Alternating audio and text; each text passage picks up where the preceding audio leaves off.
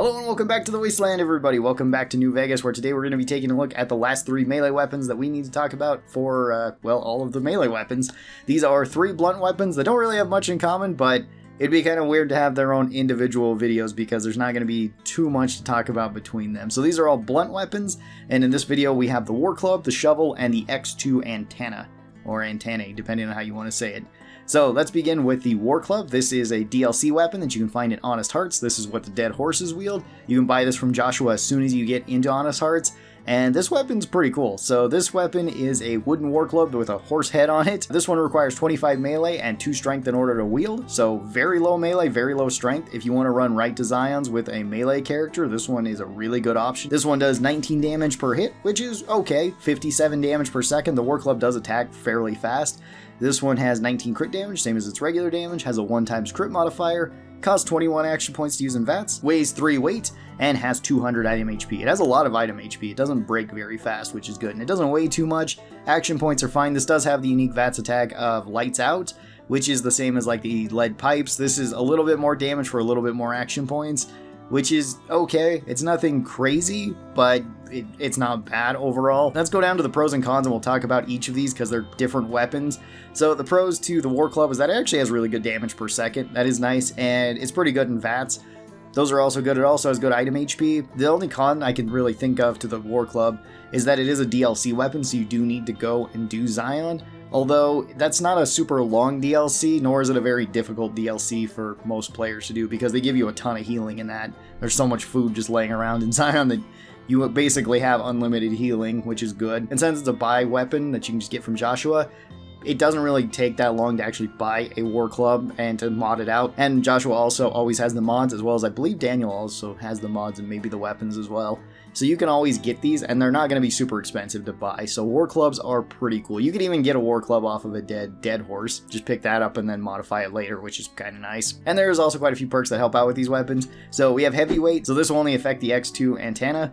This does cut its weight in half though, so it goes from 15 weight down to 7.5 weight, which is pretty good. This won't affect the war club or the shovel, they don't weigh enough for that, but all the other ones will. So we have Slayer. Slayer is always fantastic for a melee or an unarmed build. Faster attack speed is always good.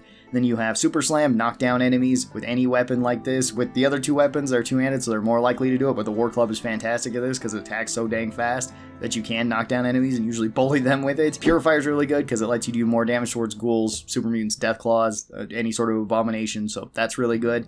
And then you also have Piercing Strike to punch through armor. Fantastic on any melee or unarmed weapon that doesn't already have that.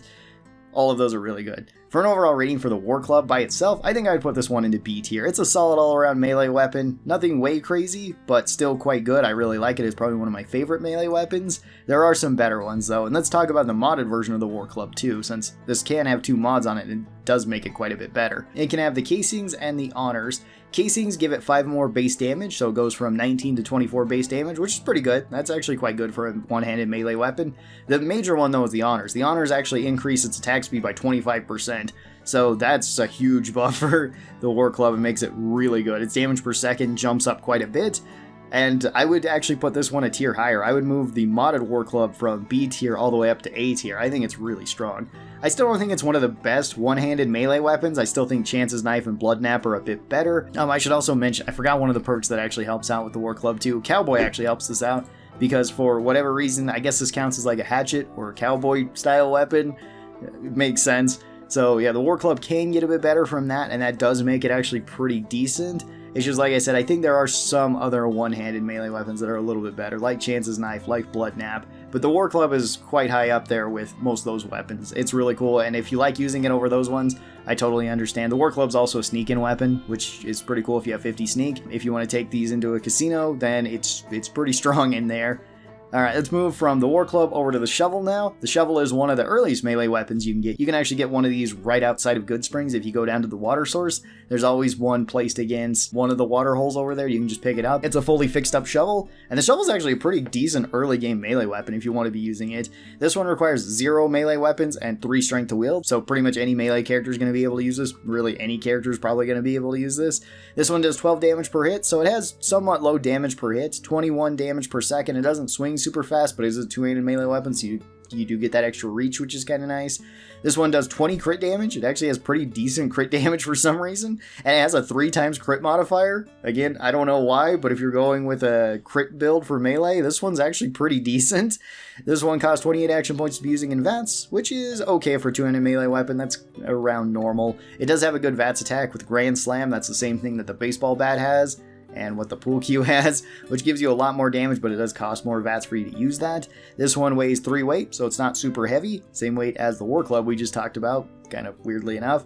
And this one has 300 item HP, which is really good. That makes it so the shovel does not break, and you can use this for quite a while until you get a better melee weapon, which the shovel actually has its own unique effect too, where you need a shovel in order to dig up graves. If you dig up a grave, then there might be something good in it. Graves are kind of randomized as to what they can have in them. Generally, it's low-level gear and various items and ammo that they can have in them. There are some set graves that have better gear in them, though. If you run over to the Yangtze Memorial right outside Good Springs, that one can have better stuff. If you run up to Chance's grave, you get Chance's knife. That's a guaranteed one. And then you can also go over to Wolf's Horn Ranch and dig up the grave there, and you are guaranteed to get better gear from there. When I did my grave robber only run for just using the shovel and using whatever weapons I found inside of there, I found like a laser RCW at the one at Wolf's Horn, I found an incinerator over at the little Yangtze Memorial, and of course I found Chance's knife up at Chance's grave. As well as when you first start out with the game, you can dig up the graves in Good Springs and potentially get some decent early game weapons, because it can spawn pretty much all of the low tier weapons. You can get silent 22s, 9mm, 357s, single shot shotguns, varmint rifles. I think that's about all of it. There might be some melee weapons that you can get too, but I don't fully remember those. For the pros of the shovel, this one also is really good at the start. It's actually a really good early game weapon. It's got good item HP, swings okay, has good crits. That's all really nice. Cons is that it will fall off later compared to other two-handed weapons, but if you just want to carry it around just to dig up graves, it's not necessarily that big of a con, because you don't need one that's super fixed up, and it's not going to weigh you down very much. For an overall rating for the shovel, I think I'm going to put this up into C tier. I think it's a fairly solid melee weapon, honestly. It's really good at the start, but then it will fall off later. It's basically like this one, and I'd say the broad machete are the two best melee weapons that you can consistently get at the start, unless you want to run up and get Chance's knife. But then that beats out like 90% or 95% of the other melee weapons that you can get just in the regular game. But you do need a shovel to get it, so shovel is also pretty good for that too. Now let's move over to the X2 antenna. This is the unique antenna that you get during Old World Blues. You do need to grab this because it's related to a quest, and it's related to the mainline quest in order for you to get out of Old World Blues. And this one is kind of interesting because this one is an electricity weapon, which we've talked about those before. So this one requires 75 melee and 7 strength to wield. A lot of melee, a lot of strength. It is a big two-handed weapon, so that kind of makes sense. This one does 65 damage per hit, which is quite high. This one does 70 damage per second. It doesn't swing super fast though, so that is something to keep in mind. And it does take up a decent amount of your screen when you are swinging it. This one only has 23 crit damage, weirdly enough. It does less damage than it has regular damage. I don't know why. There's quite a few melee weapons like this, but this one seems particularly low. Has a 1x crit modifier, which is perfectly fine. Only costs 22 action points, which is fairly low for a weapon like this. I'm surprised it actually costs that low. This one also has its own unique VATS attack called Pain Frequency, which is a lot more damage for slightly more action points. This one's actually really good for a VATS attack. This one weighs 15 weight, which we discussed briefly earlier with heavyweight, so if you do have heavyweight, you can cut that down to 7.5 weight, making it pretty manageable. 15 weight is fairly heavy even for a big two-handed melee weapon. This one has 125 item HP, so the least amount of item HP out of the weapons we've talked about, but that's still a decent amount of item HP, especially for how slow this one swings. You're probably not going to be breaking it super quick, and it does hit pretty hard with each of those swings.